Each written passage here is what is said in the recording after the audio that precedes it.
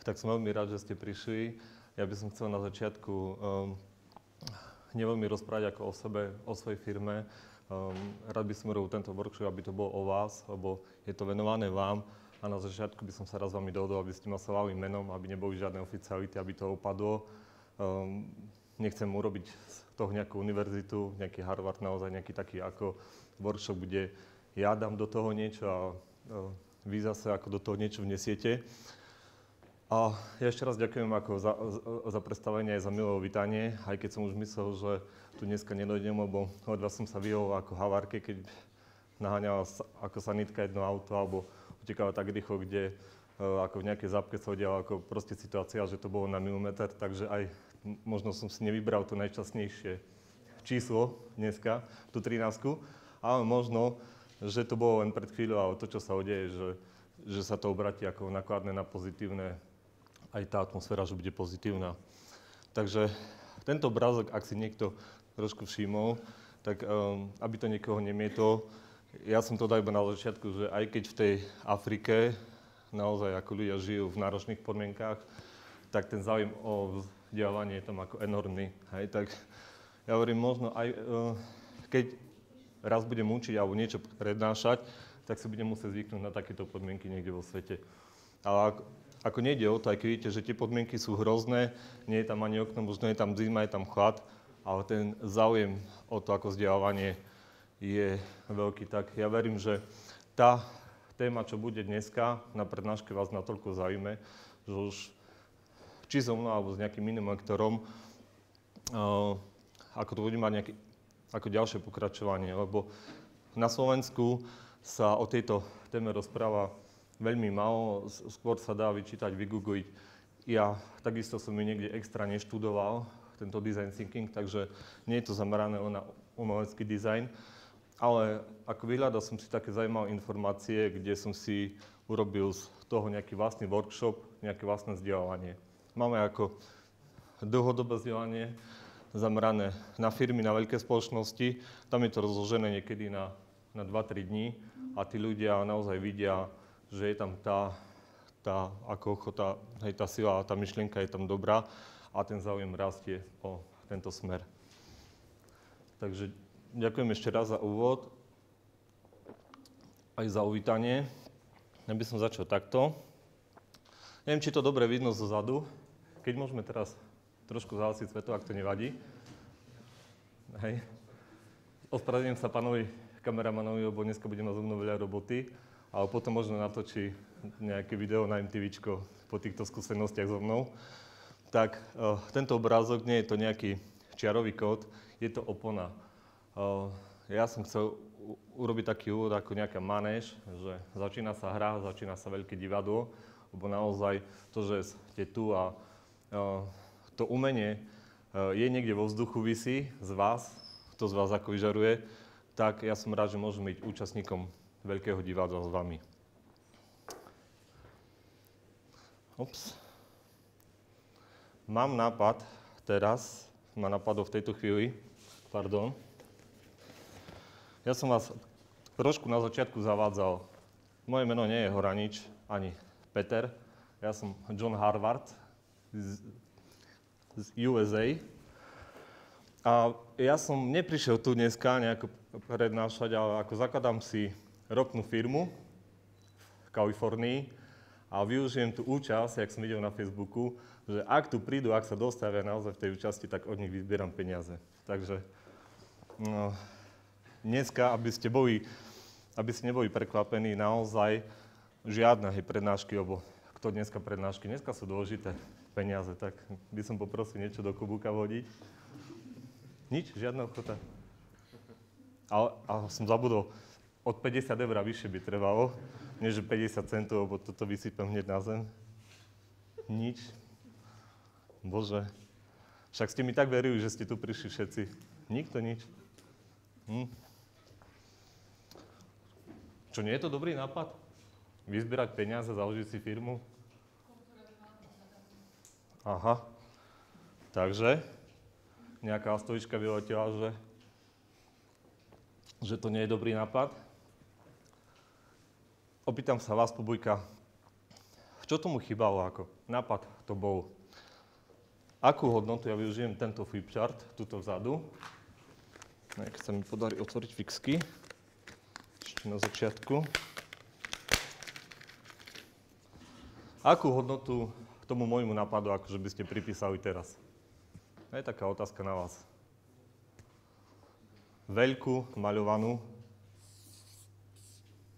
No, asi. Neúspel som.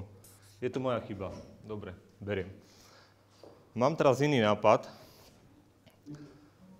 Ako založíme si vlastnú firmu všetci, čo sme tu. Dobre? Je to lepšie trošku? Ako cítite, že je to lepšie, že my si založíme vlastnú firmu? Nikto nikomu nebude rozkazovať, ja nebudem šéf, Raňo, ani Saška, ani pán profesor Jarema. Nikto tu nebude rozkazovať. Ak niečo vyrobíme, ak niečo zarobíme, tak si rozdelíme zisk.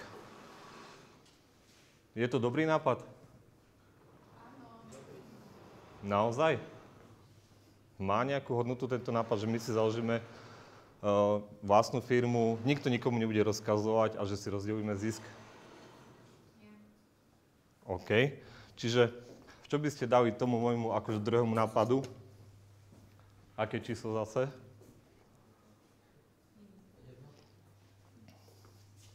Ja vás ako presvedčím, že sám na seba si ako vykydám hnoj, že je to 0. Zase v tomto prípade. Dobre, mám ďalší nápad. Namaľujeme jeden veľký obraz, naozaj nejaké umelecké dielo, lebo ste umelci, ale namaľujeme ho ako všetci dokopy. Ale vlastne nie všetci, lebo ja maľovať neviem absolútne. Ja som mal z výtvarnej zlé známky a iba rodičia chodili vybaviť, že by som mal aspoň tú 2, lebo ináč som mal jednotky. Ale ak som mal nakresliť rovnú čiaru, tak to bola vlnovka. Ak som mal nakresliť vlnovku, bola to rovná čiara.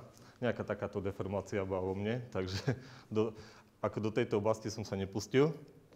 No a ja ten obraz, dobre, nie som dobrý maliar, ale som dobrý obchodník, tak ten obraz dám niekde na trh do sveta, do Francúzska, tam, kde to má hodnotu, kde sa to dá predať.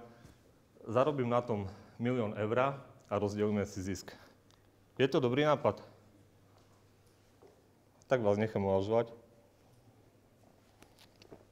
Je to dobrý nápad? Akú má hodnotu? Tak zakričte, že 0, sakra. Jednoducho vidíte, neskutočne veľa nápadov som vydal zo seba, mohol by som takto rozprávať hodinu, založíme si skupinu, kúpime si auto, pôjdeme všetci do sveta. To sú len nápady. Ale je otázka, či aj ten nápad, aj keď sa dneska všade vo svete hovorí, že nápad má obrovskú hodnotu, či naozaj tú hodnotu má. Čiže ako ďalší slajd je to, čo som sa aj pokúsil. Nezarobil som, nepredal som, nemal som pochopenie u vás. Nepritiahol som vás aj svojimi nápadmi, takže moja hodnota ideí alebo nápadu je 0. Čo myslíte, čo musí mať takýto nápad, aby mal nejakú hodnotu? Nehovorím, že už bol rovno na trhu, aby sa rovno predával, ale aby nejakú hodnotu mal. Môžem sa to kolegu opýtať. Zmysel. Presne. Nejaký zmysel. Ďalej. Čo by vás tak napadlo? Čo by mal mať? Môže byť. Napíšeme všetko.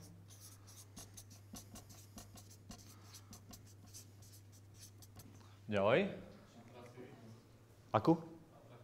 Atraktivitu. Vynikajúco. No a ešte nejaké 2 slova. Jednička. A bude odmena cez prestávku.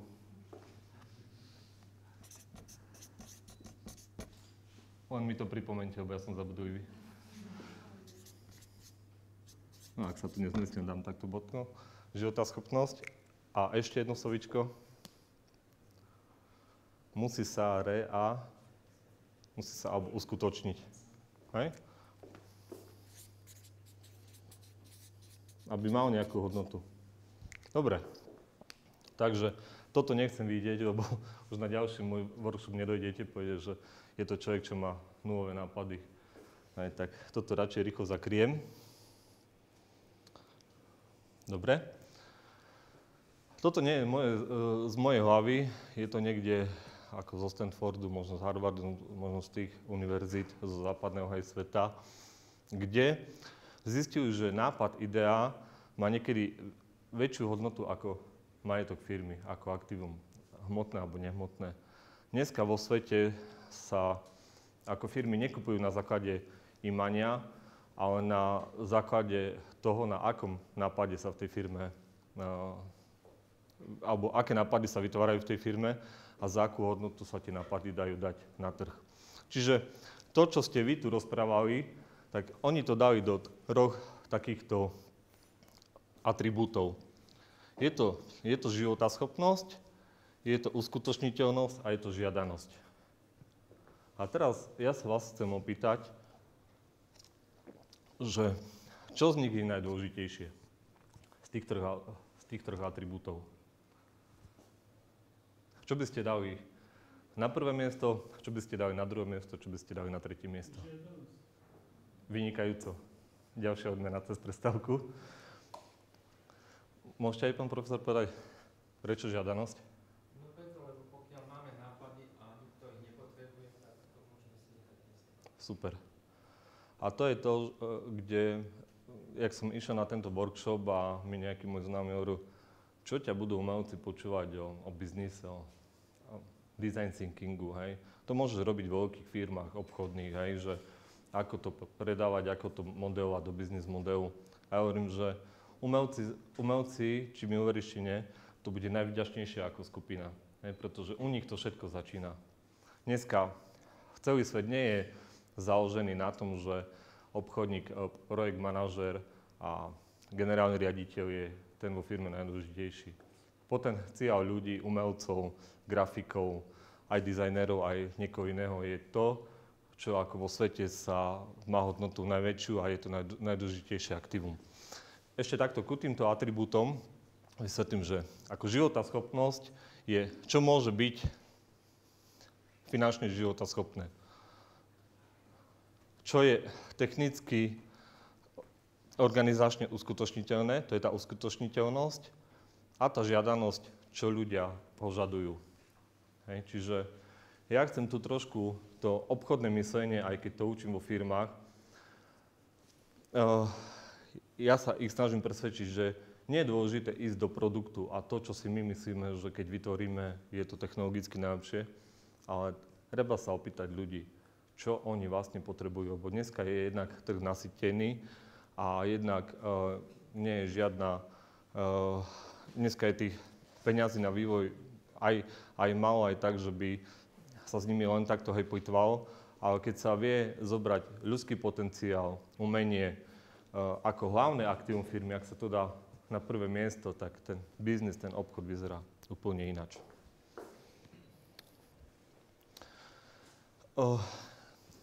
Životaschopnosť, uskutočniteľnosť a žiadanosť. Tento tu malý štvorček, tento prienik ten prienik je to myslenie, dizajnové myslenie, tento design thinking.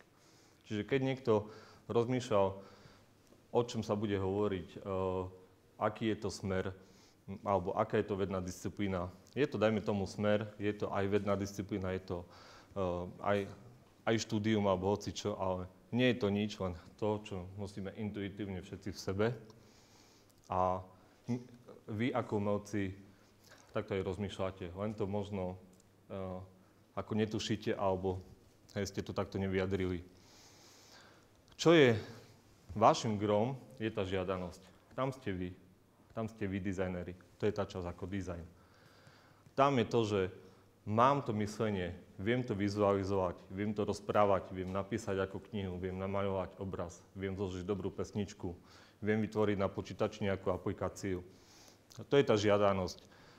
Ja som tu, aby som vám trošku pomohol, nie naučil. Ešte raz opakujem, nie som tu, aby som učil, lebo nie som niekto, už ma akreditoval, ty to vieš, asi akreditovaný, ale môj svet trošku do vašeho sveta preniesť a váš svet aj trošku do mojeho a obohatí tú vašu žiadanosť nejakou životaschopnosťou a uskutočniteľnosťou. Môžeme sa zhodnúť? Bude vás to zaujímať? Tak, super. Tamto ešte by som akože podotkol ohľadne toho design thinkingu, že je to disciplína, aby ospravedlňujem sa, že je to, občas bude niečo po slovensky, občas niečo po anglicky, ale niekedy ten preklad z tej angličtiny, nie že som to nevedel preložiť, ale niekedy je to do slovenčiny hrozné, hej. Nejak by to vyzeralo nejako trošku smiešne a bolo by to upravené, tak som nechal tento anglický text aj to, že to vynášal Tim Brown ako z idea. Ako design thinking je disciplína alebo obor, využívajúca a to, čo je najdôležitejšie, čo máte vy, vnímavosť toho dizajnera. Vnímavosť dizajnera, čiže ako neskúma sa, či je profik, či vie robiť veci na jedničku, či je v tom ako odbore najlepší, ale aký je vnímavý. Hej. Toto som chcel, že niekedy som rozmýšľal, keď niečo vyťahujem zo svetového zdroja, tak sa nad tým x-krát zamýšľam. Lebo niečo len ako prerozprávať do slovenčiny je jednoduché, ale ako zamyslieť sa nad tým je trošku ťažšie.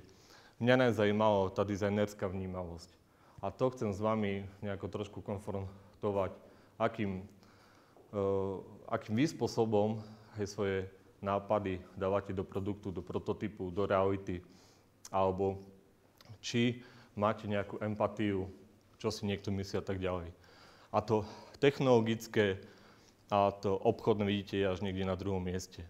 Hej. Tá vnímavosť toho grafického dizajnera alebo nejakého človeka, čo je kreatívny, je na prvom mieste. Dobre. Toto, keď som robil ten slajd, tak ma zaujalo, však ja som to už vedel od malička. Ja som od malička aj pozeral rozprávky od štúdia radšej v Riku. A mňa tento obrázok veľmi zaujal, lebo veľmi mečuje s tým, čo tam je, tá životaschopnosť, uskutočniteľnosť a ako žiadanosť. To je to, že oni jednak rovnako vyzerajú, ako všetci traja, čiže sú možno rovnako aj dôležití, ale sú obočení do jedného trička. A to tričko je to myslenie práve. Hej. Ak to dizajnové myslenie nie je ako vnorené do životaschopnosti, do uskutočniteľnosti a do žiadanosti, tak sa to roztrhá to tričko. A každý jeden z týchto malých bračekov, alebo jak to nazvať, potom chodí otrhaný po svete.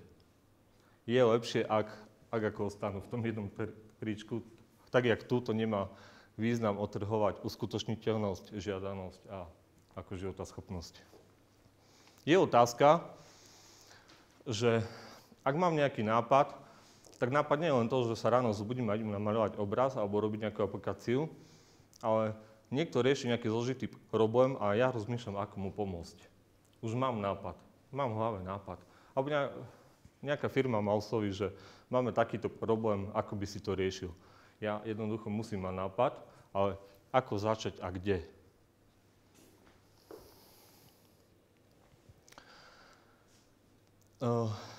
Vždy, už jak som aj pán profesor povedal, ja by som začal s tou žiadanosťou.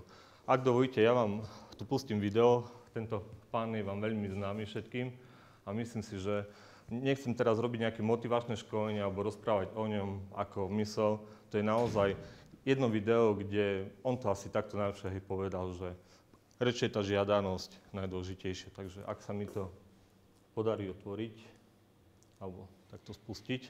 And one of the things I've always found is that you've got to start with the customer experience and work backwards to the technology. You can't start with the technology and try to figure out where you're going to try to sell it. And I've made this mistake probably more than anybody else in this room. And I got the scar tissue to prove it. And I know that it's the case. And as we have tried to come up with a strategy and a vision for Apple, it started with what incredible benefits can we give to the customer? Where can we take the customer? Not starting with, let's sit down with the engineers and figure out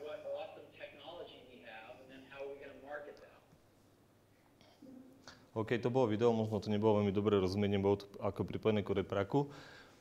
Ja som to ešte na roku trošku aj prepísal to najdôležitejšie, čo on vyjadril, že you got to start with the customer experience, to znamená s tým, čo... Ináč to slovičko experience u nás sa dáva ako zážitok, hej? Ale ja som si to trošku aj nechal vysvetliť, ja som ako napísal mail aj jednému známemu a on povedal, experience je to, čo zákazník naozaj chce a čo cíti. Nie je to, že ja získam nejakú skúsenosť, že idem so zákazníkom a ten zákazník ma niečo naučil, ale ja som natoľko vnímavý.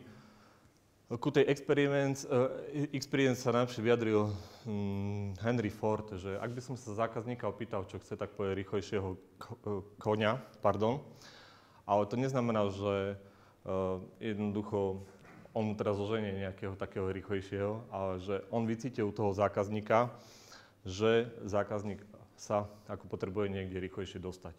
Jednoducho urýchliť svoj život a jednoducho tomu Hayfordovi na to odpovedal. Hej, čiže tá experience je to, naozaj, ja keď chcem niečo, keď sa niekde chcem hýbať, tak mám niečo vo vnútri, čo potrebujem.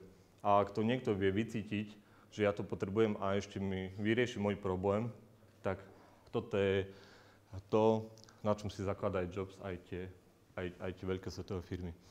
Ja sa chcem teraz ako opýtať, máme tu katedru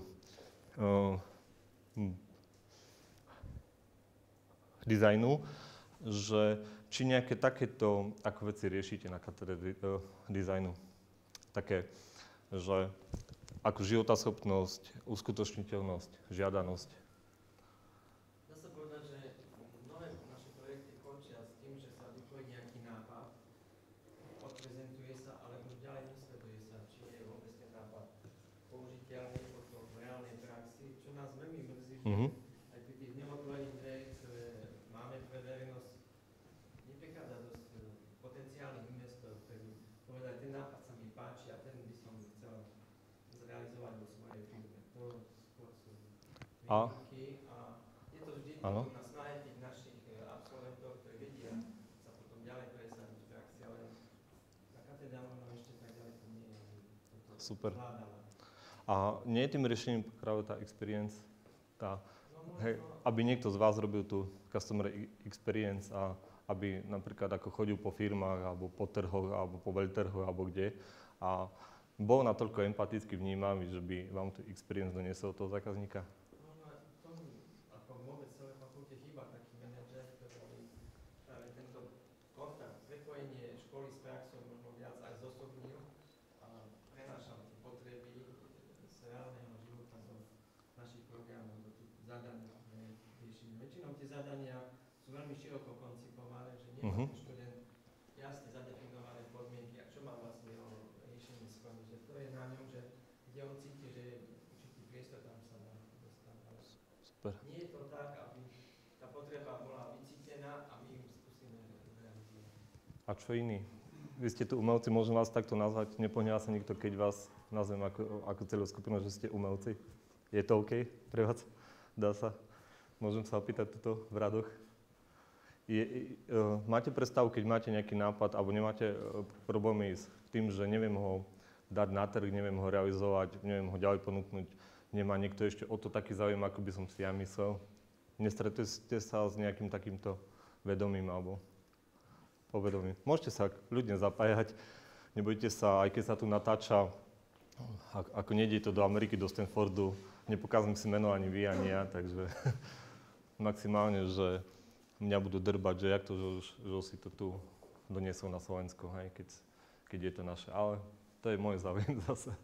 Dobre, takže nemáte s tým nejaký takýto problém, že naozaj ako to dizajnovanie toho nápadu do produktu alebo do tej reality je veľmi náročná cesta pre vás? Tamto zadné rady, Babielsovi.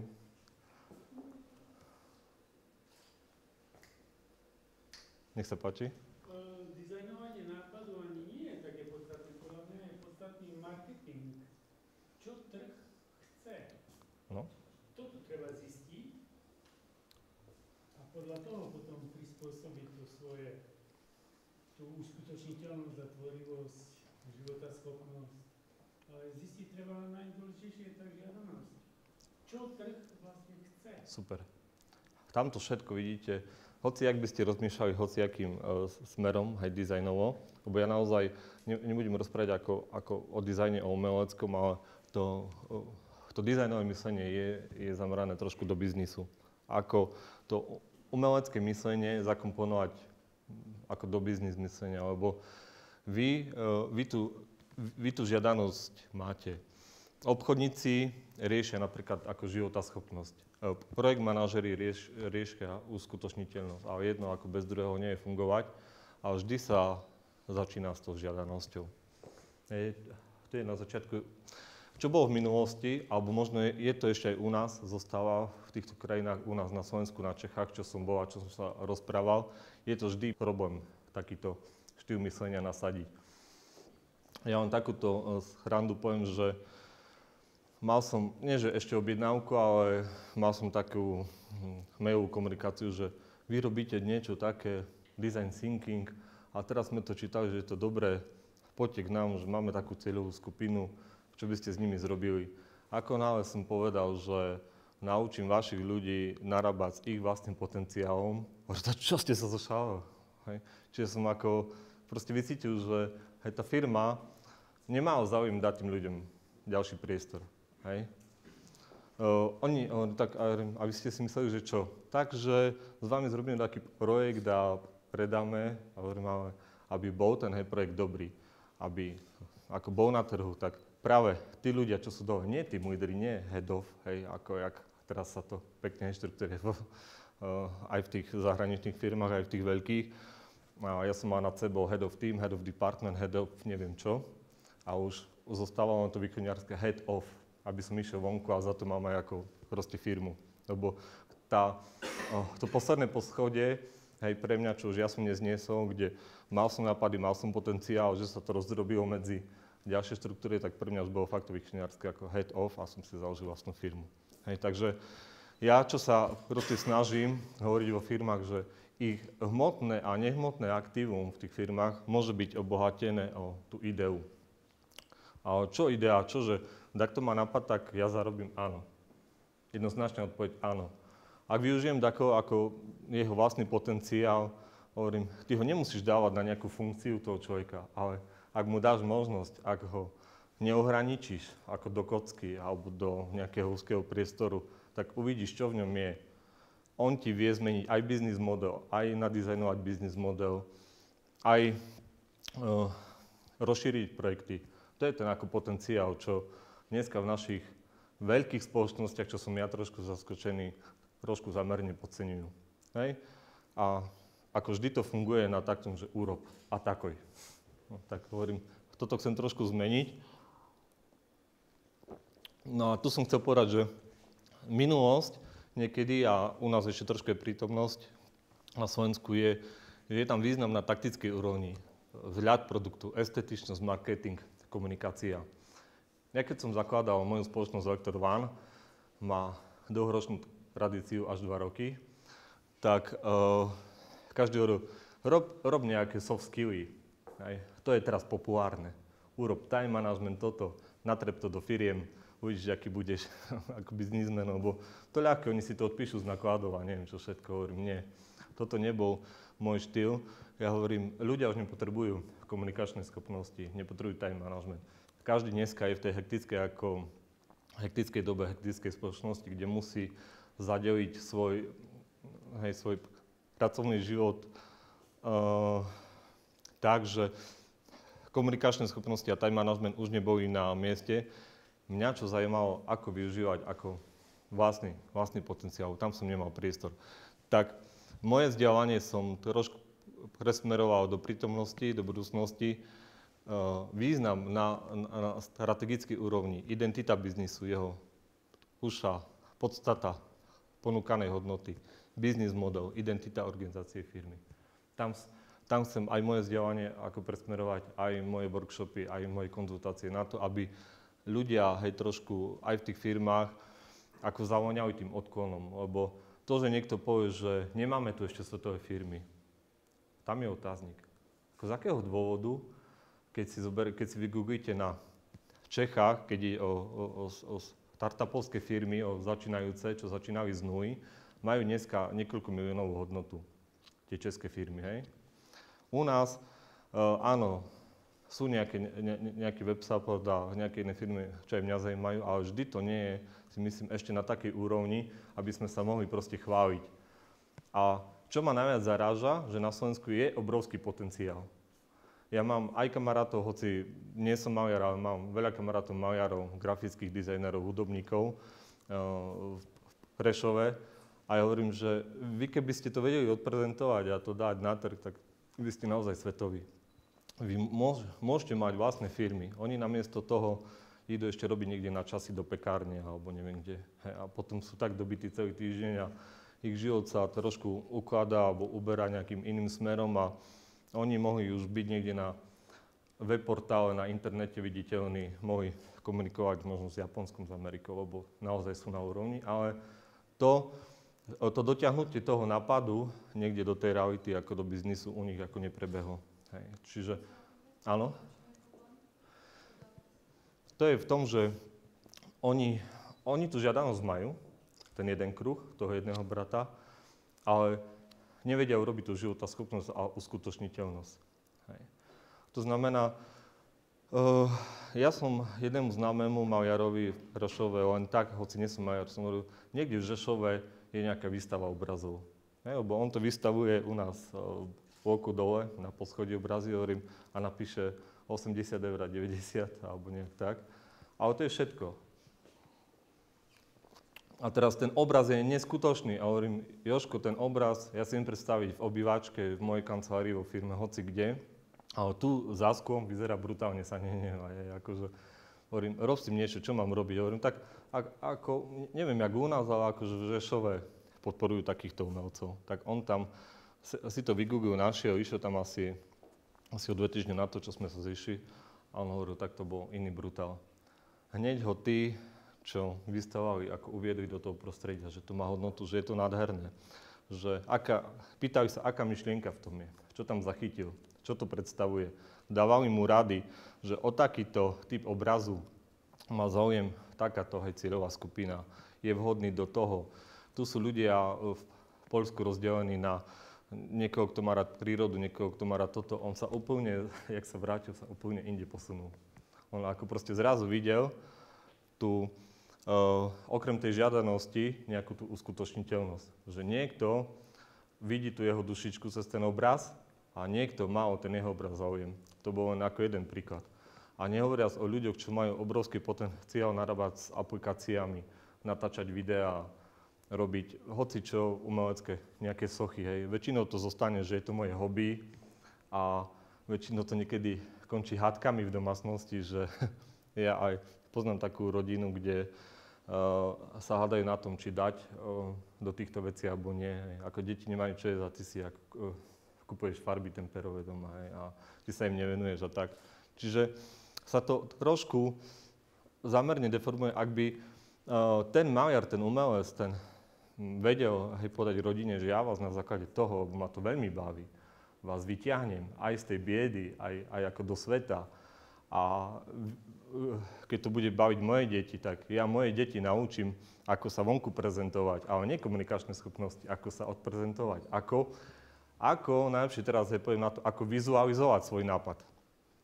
To je tá sila. Rozprávanie príbehov. Niekto, ešte druhý príklad, lebo ja som fakt, nie som umelec, som nejaký ako konzultant, čo možno z toho niečo vycíti a dá nejakú radu. Tak som mal kamaráta, čo vedel zostrihať fotky, natočiť videá cez Adobečka, cez neviem, aké iné programy to vedel poupravovať, ale zostal len niekde pri svadbách, ako nejaký svadobný fotograf. A jednoducho hovoril, už ma to ani tak nebaví a robím to nejak konštantne. A ja som mu hovoril, že ak máš takéto svadobné fotky, ak ťa to veľmi baví, tak rozprávaj príbehy o tých svadobných fotkách. Rozprávaj o nich príbehy, že každá tá fotka má vlastný príbeh, má vlastnú dušu. Ty, keď ideš na trh a niekto si ťa objednáva, a ty sa môžeš núkať do veľkej marketingovej spoločnosti, nie som až taký dobrý, ale len ty to nevieš, lebo nevieš im to odprezentovať, ako im to povedať, že si dobrý. Ty už viac nemôžeš byť dobrý, jak môžeš byť, však už vieš, hej, preboha, všetko možné robiť s tým videom a s tými fotkami, čo ešte chceš. Ty sa chceš ako zlepšovať, ale nechceš byť viditeľný, to je trošku také, nejaký takýto extrém, hej.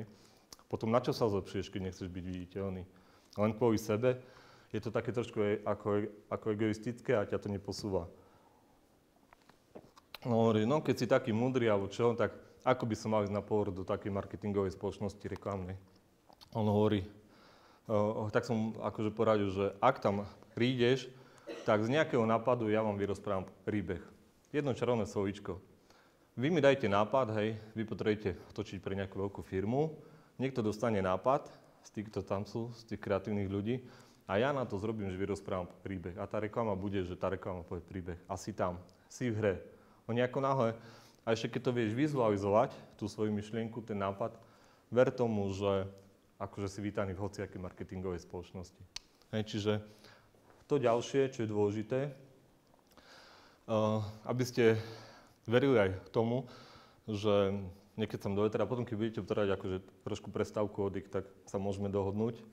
Hej, po tomto, že by som to nesilil nejako. Tak neviem, či poznáte tú spoločnosť týchto chánov, oni sú Airbnb firma. Oni robia to, že nemali niekedy ani havier, hej, nemali nič a nudili sa v Amerike, hej, klasickí tínežeri americkí, čo ich nebavilo nič a akože chodili po party a potom si jedného dňa povedali, že už je ten čas, aby sme sa sami živili, ale nechceme byť niekde na štandardnej úrovni, ale chceme v živote viacej užívať si a byť dobrí. No a tým, že veľa trávili cestovaním, ubytovaním a neviem kde, tak vždy z tých ubytovní si robili nejakú fotku z mobilu. No a potom ich napadlo, už keď máme toľko fotiek, že sme boli v Amerike, vo Francúzsku a neviem kde, tak urobme nejaký takýto produkt, takúto firmu, kde budeme núkať zákazníkom, keď chce niekto vycestovať do zahraničia, do nejakého hotela, že my mu ukážeme ako fotku z hotela aj s nejakou referenciou. Hej, že áno, to ubytovanie, využili to, že keď niekto si hľadá ubytovanie a nájde nejaké penzióny, nejaké priváty, neobjedná si len z toho dôvodu, lebo neviem, či tam vedľa nie je taký bláznivý sused, alebo nejaký výtržník, alebo či tam nebehajú myši, alebo neviem čo, tak jednoducho sa vždy rozhodne pre hotel. A všetky tie malé penzióny, ako v Amerike, v Brazílii a inde vo svete, boli nevyužité. Oni povedali, my pomôžeme tým penziónom, aby ich penzióny boli využité. Tak nastala tá fáza, kde záujem bol, ale ako nebolo to ešte ono. Hej. Ešte vždy, aj keď si mysleli, že OK, je to nové, čiže je tam jedinečnosť. Hej. To by som chcel povedať ešte pred prestávkou. Nápad definuje jedinečnosť nápadu. Hej, lebo urobiť niečo, že som videl, jak tu teraz niekto niečo namaľuje a ho teraz naháňajú policajti a ja urobím to na druhej strane, to už nie je ako jedinečnosť. Ten jedinečný bol ten prvý. Hej, ja by som akurát, keby ma chytili policajti, hovorí, tak vy ste taký blbec, jak ten. Hej, čiže už by som nebol jedinečný, jedinečný bol on. Jedinečnosť nápadov je tá najsilnejšia vec toho nápadu.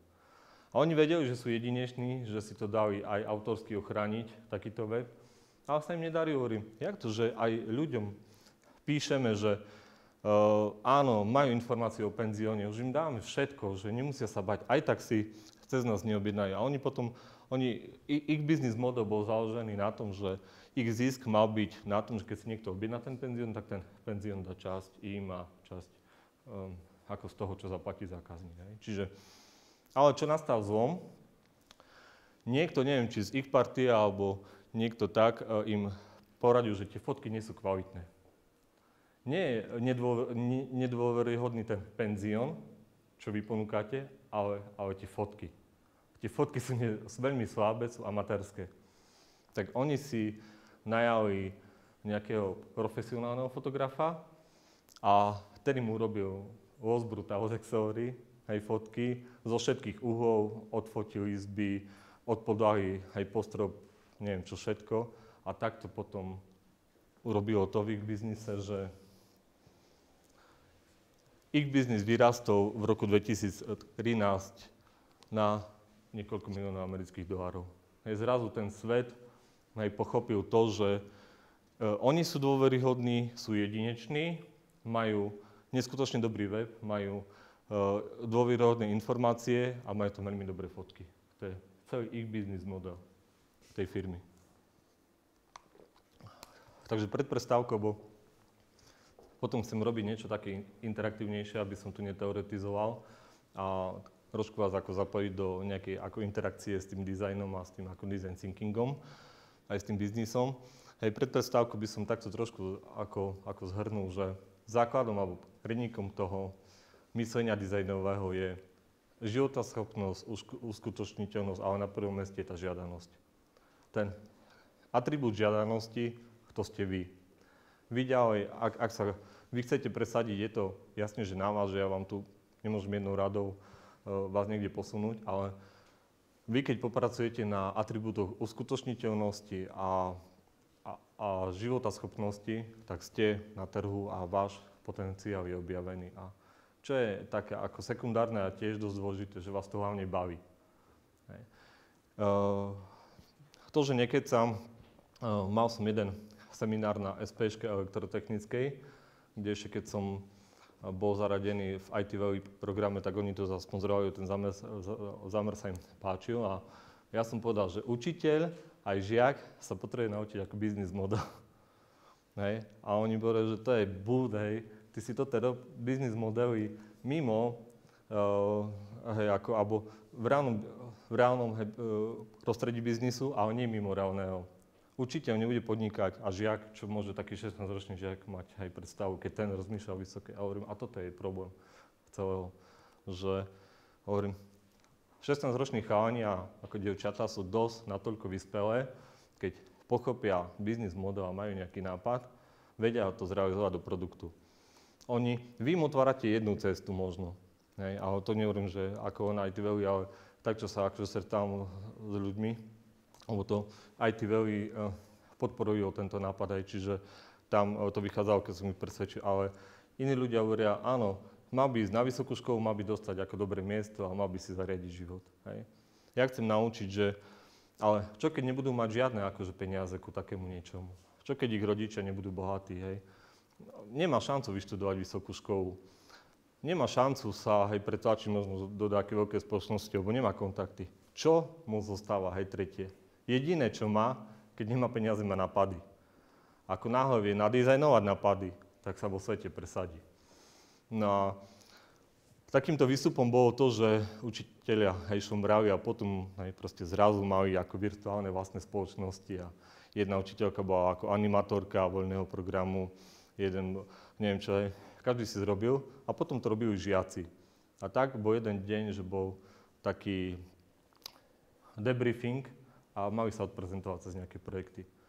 Tak jeden žiak totálne zabil školu, lebo urobil mobilnú aplikáciu len na základe toho, že som mu povedal pár vecí, ako sa robí biznis model, hodnotová ponuka a tak ďalej.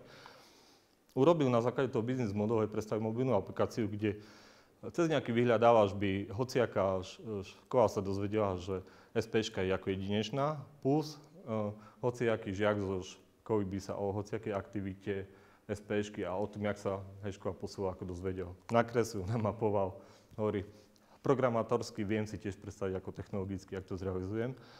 No a teraz ten jeho nápad, riaditeľovi sa takto páčil a hovorím, a to bol žiak, čo chodil s náušničkou vyčesaný, ja neviem čo, a ste ho mali, že či sa učí tak, tak ste ho hodnotili cez nejaké meritko, ten žiak vás zabil. Aj prezentáciou, aj biznis modelom.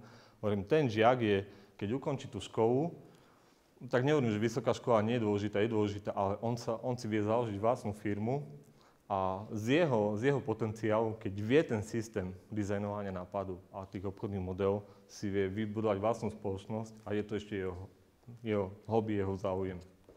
Čiže a ďalší benefit bol ako pre školu to, že ho chcú poslať na súťaž, neviem, ak sa to presne má, Startup Award alebo niečo také, že keď vyhraje, tak ho zoberú do Silicon Valley na to, aby odprezentoval svoj nápad. Čiže ani nevedel, že takýmto školením, či na čo je dobré, tí žiaci naozaj zistili, že OK, máme akože vo vrecku ďalšiu zálohu.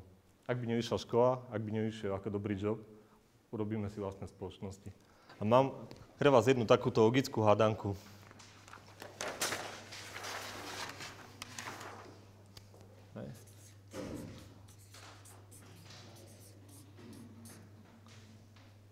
Opýtal som sa jedného známeho a on mi na to nechcel odpovedať. Hovorím, nie, lebo ty zo mňa zrobíš nejakého toho. A hovorím, ale čo ti nie je na tom jasné, 5 plus 5 plus 5, však mi povedz výsledok. Koľko je 5 plus 5 plus 5? Super. Vy ste jednoznační, to je dobrý začiatok. Ale teraz je váš pohľad, lebo ja nie som umelec, ale jeden umelec urobil to, že odpovedal takto. Neviem, či ho potom neposlali niekde na nejaké vyšetrenie alebo čo. Že on odpovedal, že 5 plus 5 plus 5 je 550. To je jedna odpoveď. Ďalšia. Všetko je relatívne. Toto je veľmi dobrá odpoveď. Už sa približujete. Ďalšie. On to videl ináč.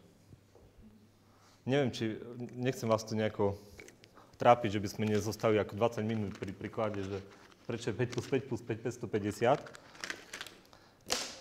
On to videl takto.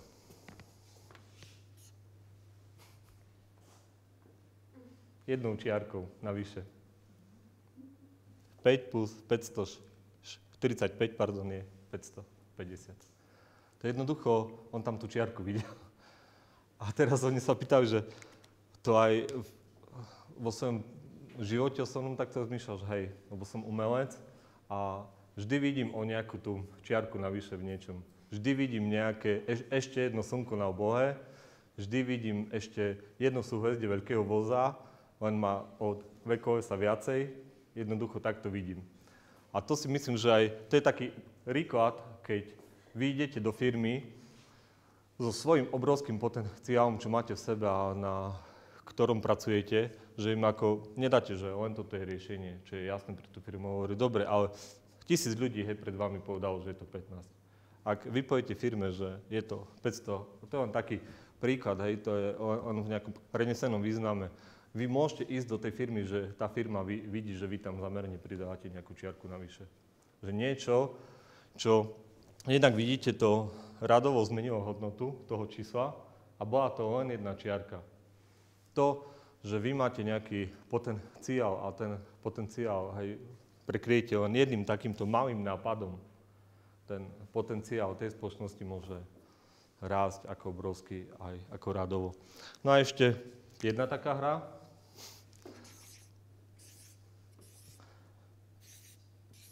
Takto.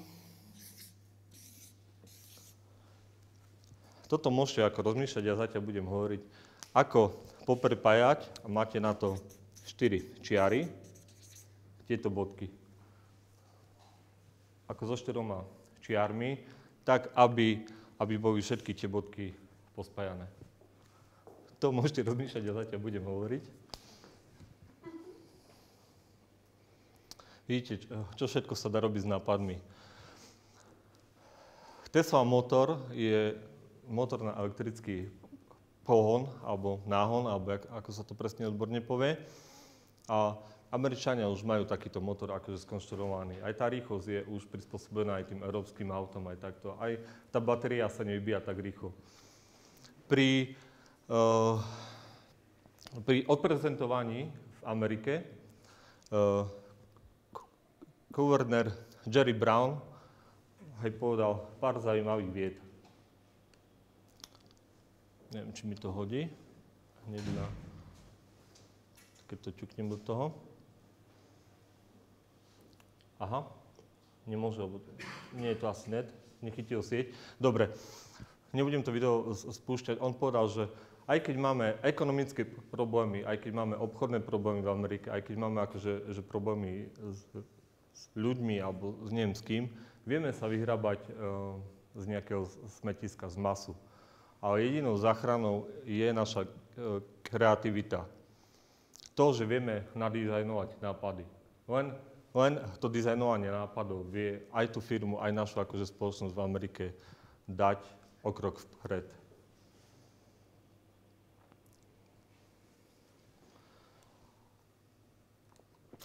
To, čo vidíte na tom obrázku, tak to je moja firma. taký chaos. Ja keď som videl tento obrázok, ja som sa ho zľakol, ale jednoducho som tam uvidel aj moju vlastnú firmu. Neviem, či poznáte, vy ste umelci, možno, že poznáte meno Eva Ižičná. Je to svetoznáma architektka, robí od sklenených nejaké nástupišťa, proste schody a neviem čo všetko.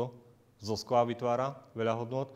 Tak ona urobila takúto súčku. Ako vzniká nápad? Ja tu takto prejdem. Ono to tu asi jasne nevidno. Ja to takto už mám trošku prečítané. Aj keď je tam chuť, aj keď je tam odvaha, aj keď je tam talent, aj neviem čo všetko, ten nápad má takú zložitú cestu. Tu sa zauzví do kruhu, tu odbočí, tu je chaos, ide sa naspäť, zase je chaos, tu sa rozdeľuje, zase ide naspäť, tu raz doľava, raz doprava, raz hore, raz dole. Tu sa zacykluje ako proste do špirály a zase tu treba nejakú odvahu do toho nápadu dať. A toto zase sa do nekonečna cykli, až kým ten nápad netrafí cieľ. A tu vám chcem ukázať, akým spôsobom môže ten nápad trafiť cieľ. Jasný cieľ. Dobre, tak to prejdem. To, čo sme hovorili, aj vy, čo ste hovorili, že základ je to, čo zákazník vycíti alebo čo chce, hej, čo je pre neho dôležité. Čiže aj teraz, keby budeme hovoriť o procese, ako o dizajnovom, tak tento celý proces vzniká cez empatiu. Ja keď som ešte učil, ešte pred pol rokom, keď som robil moje školenia, tak moje školenia sú od idei ku produktu cez business model. Ale ako nemal som zadefinované, že na začiatku je empatia a to definovanie. To znamená, niekto vycíti, že áno, ten má problém, ten by chcel toto nutne, ako sa dá, jednoducho to musím riešiť. Ale ak to chcem riešiť, ak chcem mať nejaký nápad, tak predtým, než vygenerujem nápad, hej, tak ho musím jasne zadefinovať. Tu musí byť presne zadefinované, nielen to, že ja dačo rozprávam, že zákazník chce, ja to musím vedieť zadefinovať. Ak to viem zadefinovať, môže nastať to, že tie nápady sa začnú ako generovať. A teraz neviem, či tu máme priestor, ale ja napíšem 3 také zvieratá domáce.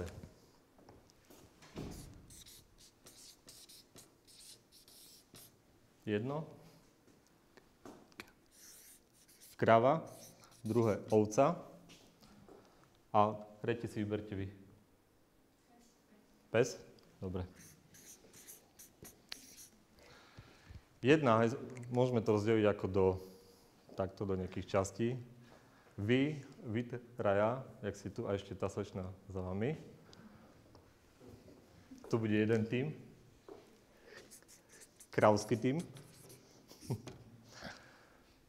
A teraz nech sa nikto neurazí. Tu vedľa, vľavo, budú ovce, ovčí tím. Dúfam, že ma za to nikto neudá, za nejaké urážky na cti. No a ty vzadu, aj ten pán.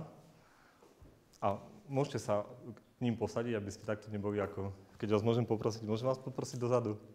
K ním, hej? Kľudne, aby ste tu neboli takto separátne, aby ste sa zapojili. To nič? Ale budete. Vy máte psa vzadu. Aj tá partia, dobre?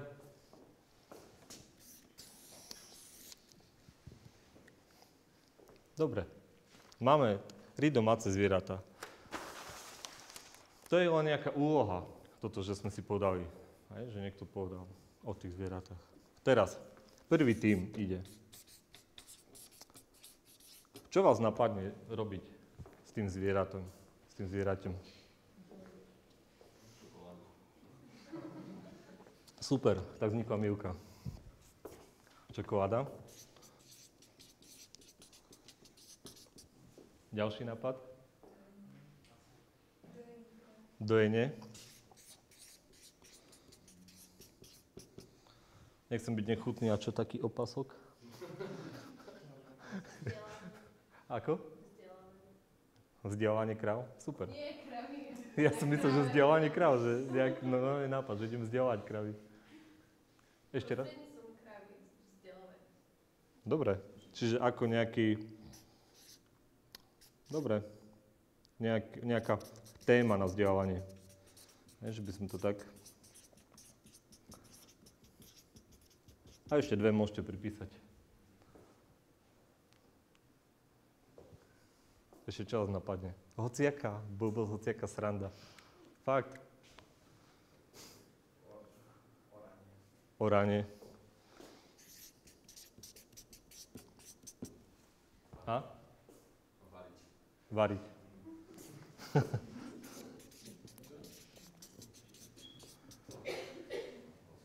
Teraz. Takto vzniká, hej, my sa vrátime ku ďalšiemu. Vy už máte to premyslené ako s ovcami? Ideme na tie ovce. Nech sa páči. Super. Syr. A ešte jeden. Zdravotná poisťovňa. Super. A Jonáš Záborský. Že sme ako ovce, či jak to on tam rozprával. Tak to, áno. Čiže...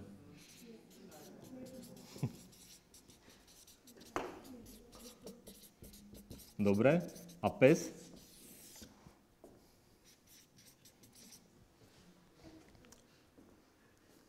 Tým psov.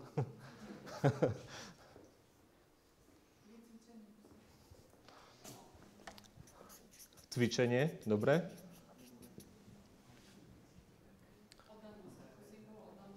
Ale čo by ste s tým robili, s tým psom?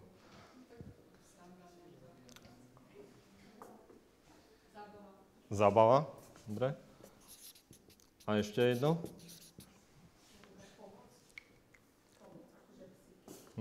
Dobre. Nejaká záchrana, hej? Super. Na tom som vám chcel najprv ukázať, že hociaké slovo, čo vás napadne, alebo hociaká vec, ktorá vás niekto osloví, a hoci je to neznáma vaša oblasť, že v tej oblasti vôbec ani by vás to teraz nenapadlo rozmýšľať o psovi alebo čo na tomto seminári. A môže prísť niekto, že no a čo so psom, mám doma psa, čo mi poradíš? Alebo mám proste firmu a chcem tam aj zaradiť psa. Hej, a teraz vy, keď máte ako potenciál hociaký, tak vidíte, že ten nejaký výsledok je. Ale to ste mu nedali ešte hodnotovú ponuku. Hej. Ja vám teraz chcem ukázať, aký je rozdiel medzi tým, že mu poviete už výsledok toho nápadu a nejakú hodnotovú ponuku. Čo myslíte, aký je rozdiel medzi výsledkom a hodnotovou ponukou? Čiže máme nejaký produkt, čo je výsledkom toho celého procesu. Ja vám to tu tak ako nechcem úplne dopodrobne ako rozprávať, lebo vám je to jasné, tie procesy, hej, že ako idú za sebou. Vrátim sa akurát ku tej ideácii. Výsledkom je produkt, ale my potrebujeme mať hodnotovú ponuku. Ako jadro obchodného modelu, biznis modelu. Aký je rozdiel? Prečo väčšina našich firiem, keď vystavuje, tak má, taký máme tu produkt, takýto výrobok, taký list, taký odliatok a neviem čo všetko, také auto, také koleso, také pneumatiky, ja neviem, hej. Hovoríme o produktoch. Čo myslíte, keby som ponúkal tie pneumatiky, ak by som bol ja výrobca týchto pneumatik, ako ja by som sa mal odprezentovať cez hodnotovú ponuku?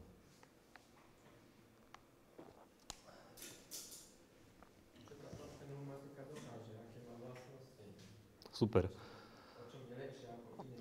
Ak by ste boli moji zákazníci a vám poviem, že mám 16, 20 pneumatiky, také široké, tenké a mám super firmu, tak dobre.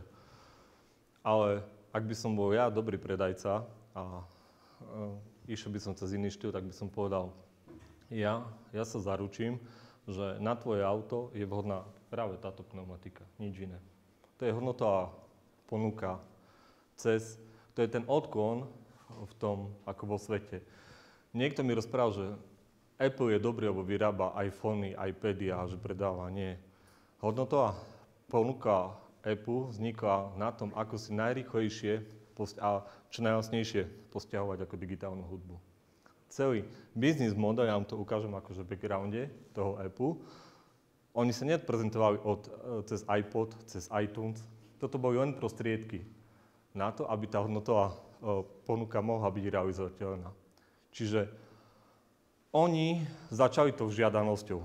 Tá žiadanosť bola to, že veľa ľudí si postiavalo len tak na čierno nejakú hudbu, lebo klasické CD-čka nosiče boli ako veľmi drahé pre nich. Lenže oni sa zaviazali v tom, aby neboli ako ochudobnené ani zahraničné spoločnosti, ani nahrávacie, ani vydavateľstva a ani ten konečný zákazník, tak našli hodnotovú ponuku, kde ak si niekto nainštaluje iTunes do iPodu, tak si vie za veľmi lacno postiahovať celý album v rovnakej kvalite, ako keď ho dostane na CD-čku. A urobilo to opačný efekt, to, že tie nahrávacie štúdia zarábali niekoľko tisíc alebo niekoľko 100 000 dolárov za CDčka, zrazu zarábali niekoľko miliónov dolárov. Lebo tak si ich pokúpilo možno pár v Amerike, museli to ako proste distribuovať do Európy a niekde všade, mali na to náklady, zrazu uložili za nejakých ako podmienok tú svoju hudbu do iTunes a zrazu celý svet mohol postiahovať tú hudbu. A tamto celé myslenie, to design thinking, alebo to myslenie o dizajne začalo, nehovorím, že to firmou Apple, ale možno v tej Amerike a tak malo nejaký ten počiatok, hej? Nejaký ten začiatok toho myslenia. A čo je mojou úlohou vám ukazovať, nie ako sa prezentovať ako cez svoje akože produkty, že som maliar, že som sochár, že som hudobník. A napríklad ja som tiež hudobník, ale taký amatér, ale keby som chcel zložiť nejakú hudbu, pesničku, tak by som išiel ku nejakej skupiny ľudí a trošku vycítil z ich života taký proste smutok, nostalgiu a tak. Hej? A toto by som povedal, keď im zložím tú pesničku a s nimi proste budem zdieľať ten ich pocit, tak určite si tú hudbu ako zakúpia a určite po tej hudbe siahnu. A nielen tie, že ja zarobím nejaké peniaze, ale to v prvom rade je tá žiadanosť. Že urobil som niečo, čo niekto chcel. To je základ celej hodnotovej ponuky. Hodnotová ponuka, keby som vám tu vyťahol nejaké veci z nejakých univerzít, tak má strašne veľa definícií. Ja by som vám povedal takú najjednoduchšiu: hodnotová ponuka rieši problém.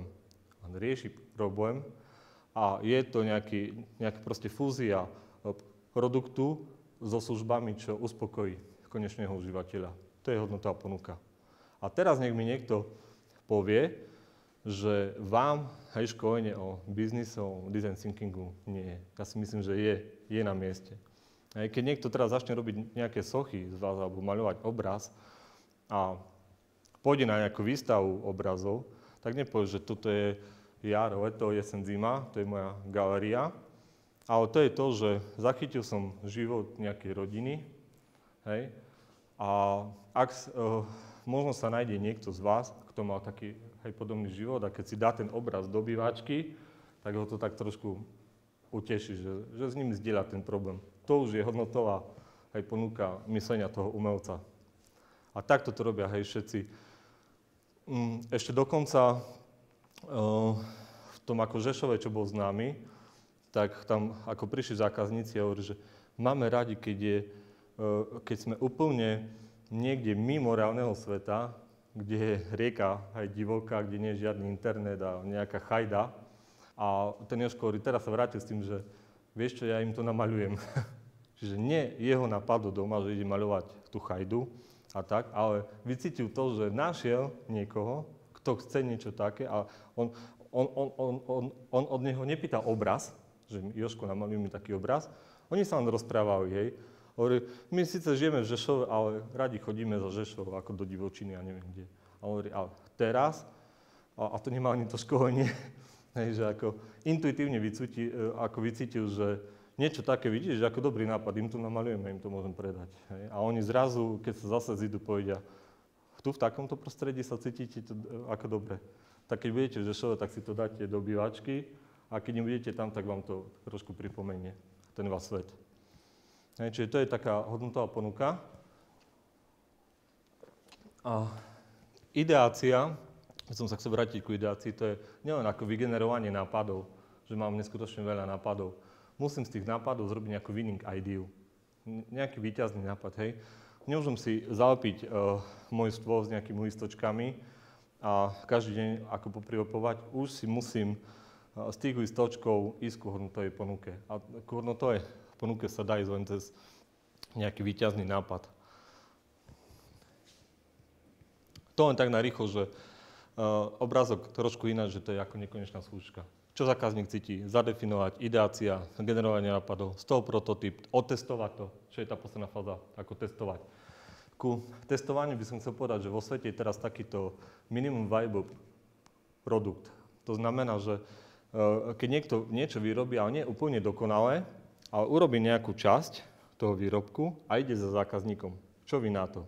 Hej? Na základe to, čo som od vás vycítil, ma napadlo toto, ale neurobil to ešte úplne dokonale, nejaký prototyp. Ak mu ten zákazník dá nejaký ten market fit, že fíha, tak ty si dobre trafil, aj keď po hlavičke, tak až tak nastáva vylepšovanie. Čo veľa firiem na Slovensku robí, niečo vymyslí a ide sa obehovať s inými firmami, že my musíme byť ako jedineční. Bez market fitu, bez nejakého dozvy a my ich obehneme, budeme mať rýchlejší procesor, rýchlejší stroj, silnejšiu mašinu a ladia celý tým, celý projekt robia na nejakom výrobku, on aby bol najrýchlejší, najsilnejší, najlepší. No a potom idú na veľtrh a sú veľmi sklamaní, že od ten výrobok má záujem pár ľudí, aj to už až keď im povedia, na čo je presne a že možno je lacnejší ako niekde vo svete. Čiže toto nie je dobre. Ako náhle by išli cez nejaký mass market a videli požiadavku trhu, to je tá žiadanosť, videli tá uskutočniteľnosť, by vedeli, či vedia to realizovať, či majú na to prostriedky a tá životaschopnosť je to, že uvidia, že to vieme dať aj na trh.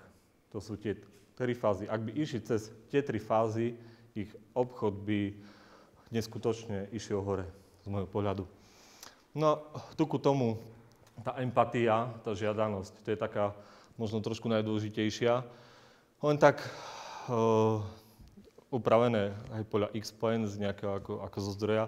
Oni tú mapu empatie rozdelili na kvadranty, alebo jak by som to nazval, čo zákazník myslí a cíti, čo vidí, čo hovorí a robí a čo počuje. Ako náhle, a tu si to rozdelili na problémy a na cieľ. Hej. Na základe toho, čo zistili, tak zadefinovať tie problémy, tam môžu byť obavy, frustrácia, prekážky a cieľ, akým spôsobom tieho ako problém odstrániť. Ako náhle začnete nejakú takú mapu empatie využívať aj vy, len tak podvedome, nemusíte to nejak naštudovať, ale keď jednak čo myslí, cíti, čo vidí, aké prostredie, čo hovorí a čo robí a čo počuje, ak si tie veci dáte dokopy, môžete pre toho zákazníka začať vytvárať nie produkt, ale hodnotovú ponuku. Čiže teraz, čo chcem, tú časť ďalšiu, odklon produktu vs. hodnotová ponuka. Hodnotová ponuka začína nejakou takouto pyramídou, taká tvorba, kde, ak som robil to cvičenie na TSPčke, tak oni tie hodnoty dali na vrch, lebo si mysleli, že to, čo je na vrchu, to je to najlepšie. Ja som povedal, vy nepozerajte, čo je na vrchu, ako horolezec, alebo čo je najvyššie, je najlepšie. Vy pozerajte, odkiaľ treba začať.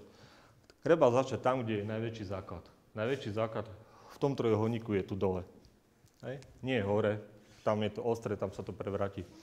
A základ tejto pyramídy sú hodnoty. Ako sa budeme správať naše princípy? Čo je ďalšie takéto čarovné slovičko je relevancia. Hej? Ak to nie je pre niekoho relevantné, tak môžem sa dušovať, že jak to, že to nechce a ja som dobrý a on to odo mňa neprijal a som na neho nahnevaný, lebo tak on ma videl, že som dobrý dizajner a ja som mu to ukázal, povedal, že to je bút, že to nechcem. A už nastane nejaká konfrontácia. Relevancia znamená naozaj, keď niečo pre niekoho vyrábam, či je mu to užitočné, či mu to je relevantné, či to vyrieši nejaký jeho problém.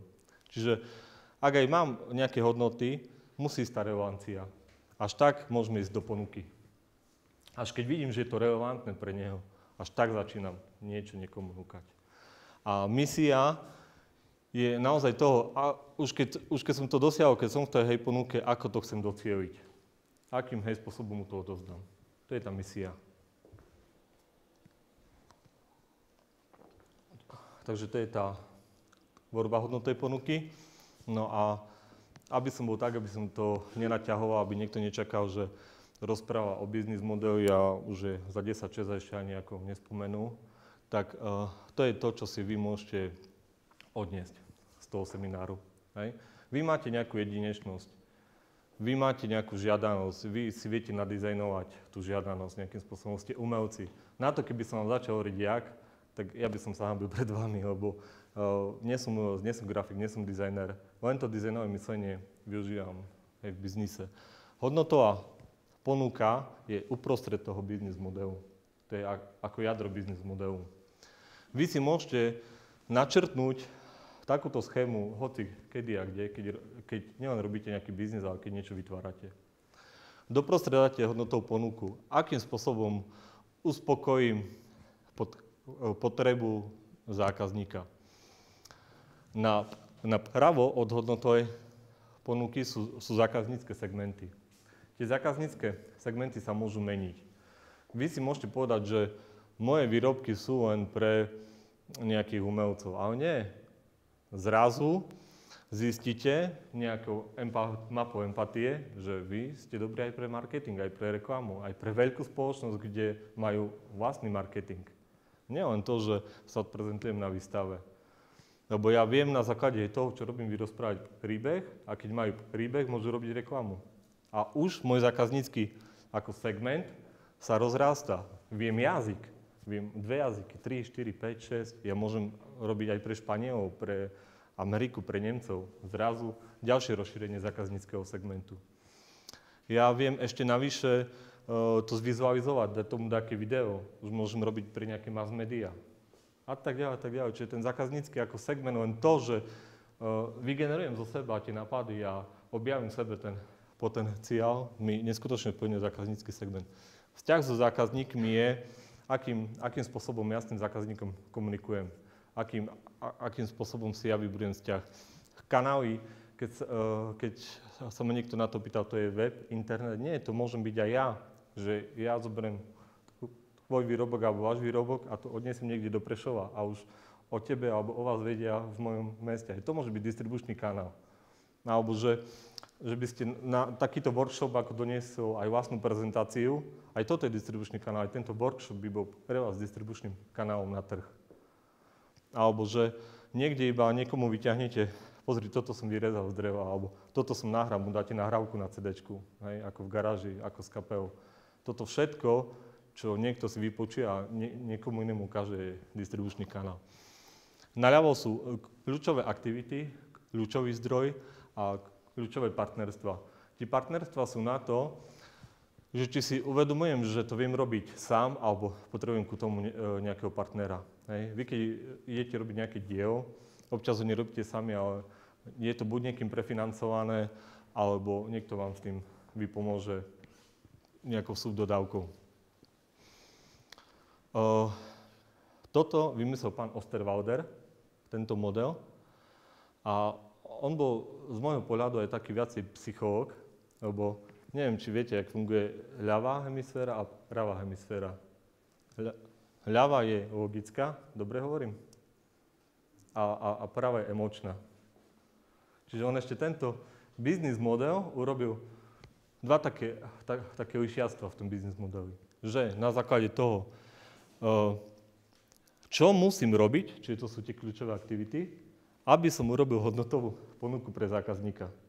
Takto si jednoducho môžete zapamätať tento biznis model. Čo musím zrobiť, aby som vytvoril hodnotovú ponuku pre zákazníka. Už máte 3 segmenty biznis modelu. A to, čo som hovoril, že je ľavá a pravá, tak to je logika. Tam sú aktivity, aké zdroje. Tie nefungujú na emóciách, len na takej logike. Napríklad, že to nefunguje na emóciách, ak by som dal emócie do aktivít a poviem, že sa mi dá, čo nechce zrobiť, tak to zničí moju aktivitu. Ale zase, keď riešim vzťah s zákazníkom, zákaznícky segment, distribučné kanály, tak tam musia fungovať emócie. Empatia, cit. Keď je zákazník nervózny, keď ma nechce, keď ma odmieta, ma vracia, tak jednoducho idem za ním, až keď vytvorím niečo nové, keď ho presvedčím druhýkrát, tretíkrát.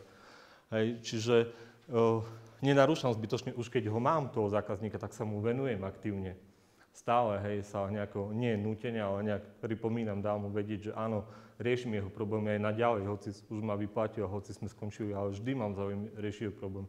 Toto všetko je tá emočná.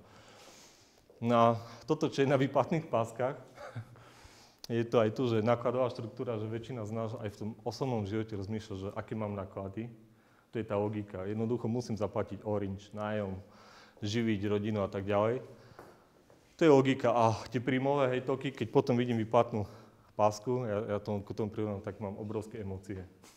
Ale ako zase pri firmách, ako pri biznis modeloch je to, že ak mám tú emočnú časť ako dobre nastavenú, tak mám tam tie príjmové toky. Čiže toto je obchodný model. A je tu ešte jedna schéma obchodného modelu. Tu upravil pán Hume ako z IDEA. Predstavte si, že ako zachoval rovnaký počet elementov toho biznis modelu, ale je tam niečo navyše. Ja vám to dám ešte raz. Trošku si zafixujte, neviem, či to dobre vidno, tam sú partnery, aktivity, zdroj, nákladová štruktúra, hodnotová ponuka, vzťahy so zákazníkmi, kanály, zákaznícke segmenty, príjmové toky. Je tam dokopy ako 9 elementov, čiže ak to máte zafixované, tu je tiež 9 elementov v tomto modeli. Ale je tam nejaký rozdiel. Výborne. Dal tam stratégiu rastu. Ďalej.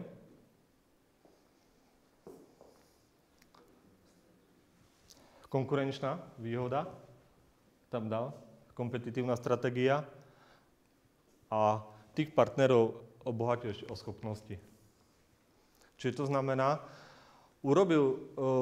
on mal naštudované tie biznis modely, vyťahol veľa firiem, ale urobil to, že aj schopnosti, aj stratégia rastu, aj konkurenčná výhoda sú ako biznis modely dôležité. A tie schopnosti sú naozaj môj potenciál, moje zručnosti, moje vedomosti pre vytvorenie a dodanie hodnotovej ponuky. Ja tu teraz tak preskočím, ja sa ešte k tomu vrátim.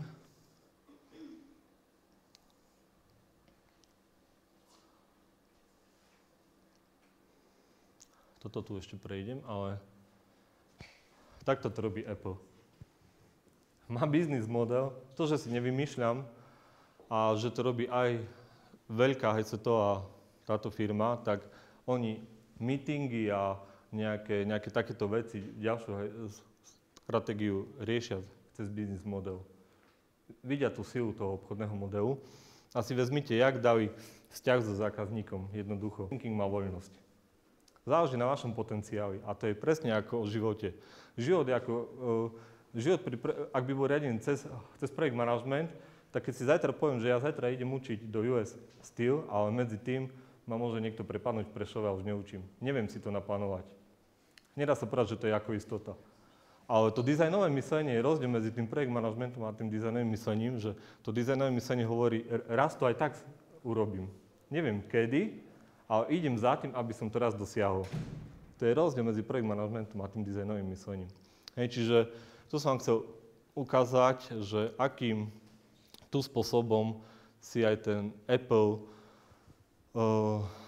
robí ten biznis model a vzťah so zákazníkmi má Walmart, aby boli obľúbená značka. Zákaznícky segment ani neriešili mass market, všetci.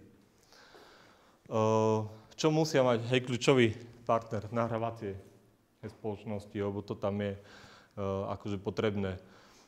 Akože kľúčové aktivity, marketing, tak ako ste vyspomínali, je ich kľúčovou aktivitou. Apple brand, akože budovanie značky toho Apple, že by boli zviditeľní. iPod hardware, že by ten bol kvalitný, že by tam nezlyhalo niečo. Že takými listočkami a takými listočkami, keď som robil ja školenie na TSPčka v tých firmách, tak zo začiatku majú tí ľudia na mňa nervy. Tiež mi dám také, jak tu, len tu kvôli času nemôžeme robiť takýto rozsiahly workshop, aj by som musel deliť skupiny a radšej vám chcem dať nejakú informáciu navyše. Tak tiež, ak som začal učiteľov, tak som im rozdal žlté listočky a hovorím učiteľom, napíšte si, čo vás napadne. No tak sa nehnevajte, tak akože, to čo je za cvičenie? Hovorím, nič, píšte na žlté listočky, čo vás napadne. Aj potom som s nimi robil nejakú winning ideu, víťazný nápad, a potom som ich naučil hodnotovú ponuku. Ak mali jadro hodnotovej ponuky, tak mali celý obchodný model. Ale tiež sa hovorím, že prečo ste sa bránili takýmto žltým listočkom, keď to robia veľké firmy? A takýchto obrázkov by som z internetu vyťahol možno aj ďalších 20. Že aj Google, aj eBay, aj Amazon, aj každý si takto. Ja som mal jednu prednášku na 3 hodiny v jednej veľkej spoločnosti prešovskej a oni zavolali, bože, no tak jak môže niekto, kto neriadil firmu, rozprávať o biznis modeli? Tak on z toho zameru ma pán riaditeľ zavolal, máte na to 3 hodiny, zavolal top management, čo vy tam chcete o biznis modeli v našej spoločnosti, hej mňa? Dobre, sme prišli a načrtli sme, či máte takto zvizualizovaný váš biznis model. Všetci boli ticho. Hovorí, vieme, čo robíme, máme svoje produkty, ale nie. Takto hovorí, máte produkty, máte hodnotovú ponuku. A hovorí, no tak, a teraz možno aj mierne prezradím, hej, my ako vyrábame robotov. Dobre, ale to nie je hodnotová ponuka. Ale tie roboty sú dobre, kvalitné a neviem čo. To ešte stále nie je hodnotová ponuka, hej? Lebo sme sa učili vizualizovať biznis model. A hovorí, také ste takí múdri, ja som si len naštudoval jednu vec, vy to máte napísané na webe, ale neviete, že to je hodnotová ponuka. Vaše roboty sa dostanú pod hociakým uhlom na hociaké miesto, hej? Aby mohli niečo urobiť na výrobku. Toto je hodnotová ponuka. Hej? Že nie, že mám robota a kvalitného a toto, ale tá činnosť, že vyrieši ten problém, že keď je nejaká takáto časť v automobilkách, kde sa nedá dostať ľudskou rukou, iným prístrojom, tak ten robot je to, že má patent na tom, že pod hociakým uhlom sa tá prevodovka otočí a pod hociakým uhlom sa dostane ten robot. Čiže toto je hodnotová ponuka. Vy ako na tom stavajte. A hovorím, minimálne ďalej, kde sa dá využiť ten ako biznis model, je na komunikáciu so zákazníkom. Tiež ako v jednej akože spoločnosti, keď sme urobili len taký rýchly biznis model, že čo to je vizualizácia, tak tam bola taká situácia, že keď išli so zákazníkom a hovorí, absolútne nám netrebalo hrbu katalógov so sebou. My sme im pár vetami rozprávali, čo riešime, ako to riešime a čo vyriešime u vás. A hneď nastal úplne obrat v tej komunikácii. Hneď sme boli v ich očiach úplne inde a tá komunikácia začala byť voľnejšia, roztopili sa ľady a oni hovorili, že konečne začínate rozmýšľať, že nám núkate riešenia. Lebo ak nám núkate produkty, my ešte tie riešenia si musíme naštudovať. Či váš produkt vyrieši náš problém, ale vy už nám dávate riešenia cez biznis model. Čiže aj tam je dobrý biznis model. Čo napríklad boli zlyhávajúce biznis modely. Prečo? Neviem, či poznáte encyklopédiu Microsoft Encarta.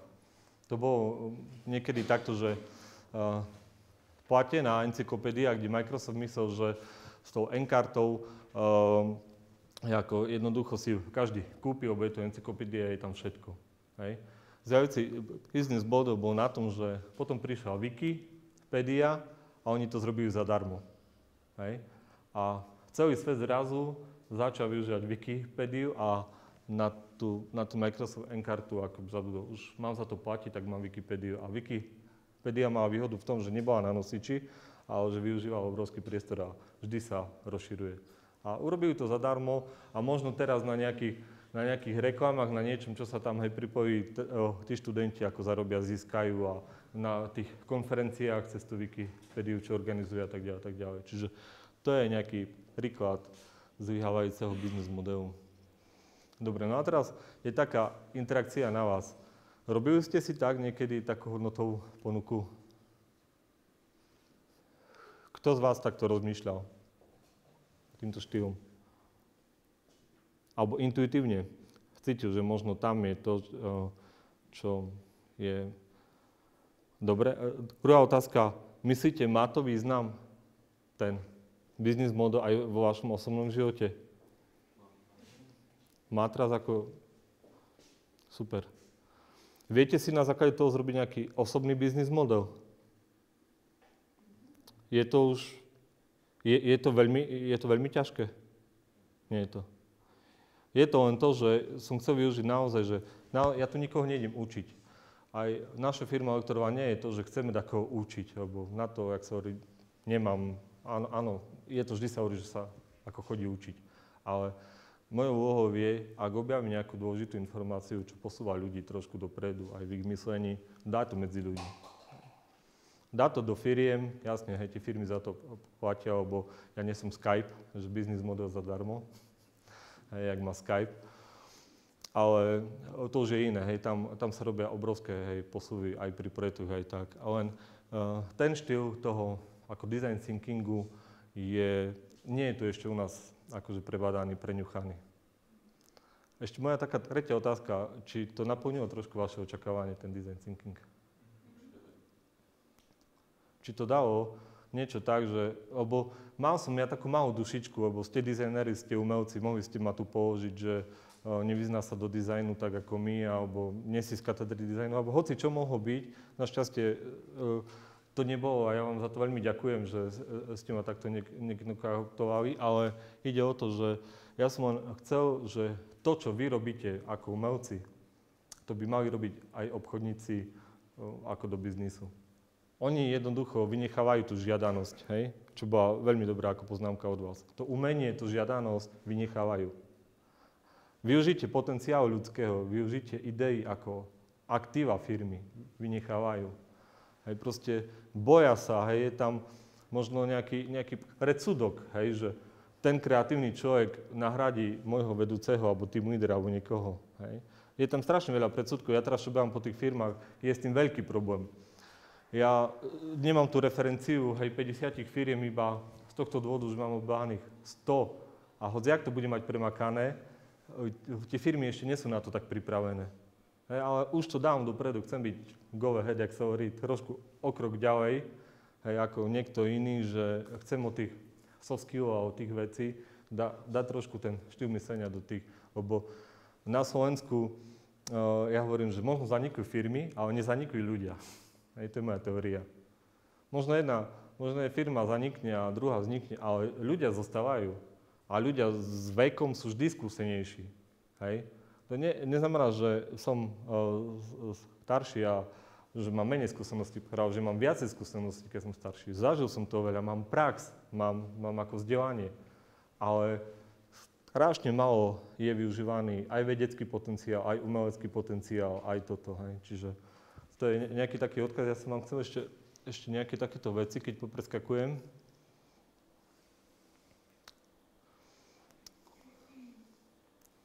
No, tu je, keď je tiež nejaká tvorba hodnotovej ponuky jednej neznámej firmy. Z akého dôvodu je to ako prečiarknuté? Oni si dali tak, že hodnota, ako sa budeme správať. Dodržiavame etické princípy budovania biznisu. Čo to je? Čo to je dodržiavať etický princíp? Však aj vy, aj ja dodržiavame každý. Toto asi nie je hodnota, hej? Ďalej. Ľudia sa skutočne chcú naučiť čínske znaky rýchlejšie. To bola ich relevancia. Boli o tom presvedčení, že majú na to patent, že naučia ľudí čínske znaky rýchlejšie a že to ľudia chcú. Chcú sa naučiť. Do ponuky dali, že naša aplikácia vám umožní naučiť sa čínske znaky rýchlejšie. Teraz, keby som vám ponúkol, že mám aplikáciu, čo sa vás naučí čínske znaky rýchlejšie a za stoječka je vaša, môžem akože popredať po workshope, tak poviete, mám autobus, alebo prepáčte, hej, ako útek z toho z miestnosti hneď v momente. Našou misiou je pomôcť ľuďom naučiť sa čínske znaky rýchlejšie. To je misia. Dobre. Ako to robil Google? Si vezmite hodnoty. Don't be evil. Nebuď nahnevaný. Oni si dali hodnotu to, že keď niekto robí s ich vyhľadávačom, aby nebol nahnevaný, hej, pri vyhľadávaní, aby to nebolo dlhé, aby keď raz dám upiec babovku do vyhľadávača, tak mi nedoniesie, jak opraviť auto, vyhľadávač, ale naozaj ako upiec babovku. Hej. Čiže ma to nezlosti. Zámerne Larry Page urobil ten white paper, taký biely papier pri Google. Už teraz tam je niečo, nejaké reklamy, hej. Ale keď to vznikalo, tam bola veľká biela plocha s jedným filtrom, keď si pamätáte v Google. To nikoho nerušilo, hej. Tak jak niekedy sa zavriete do bielej miestnosti, že chcete mať pokoj, kľud, tak oni na tom princípe robili ako Google. Nič, len vyhľadávacie okienko. Relevancia, rýchlosť a relevancia vyhľadávania. To je toto, čo som hovoril, že čo najskôr vyhľadať len to, čo chcem.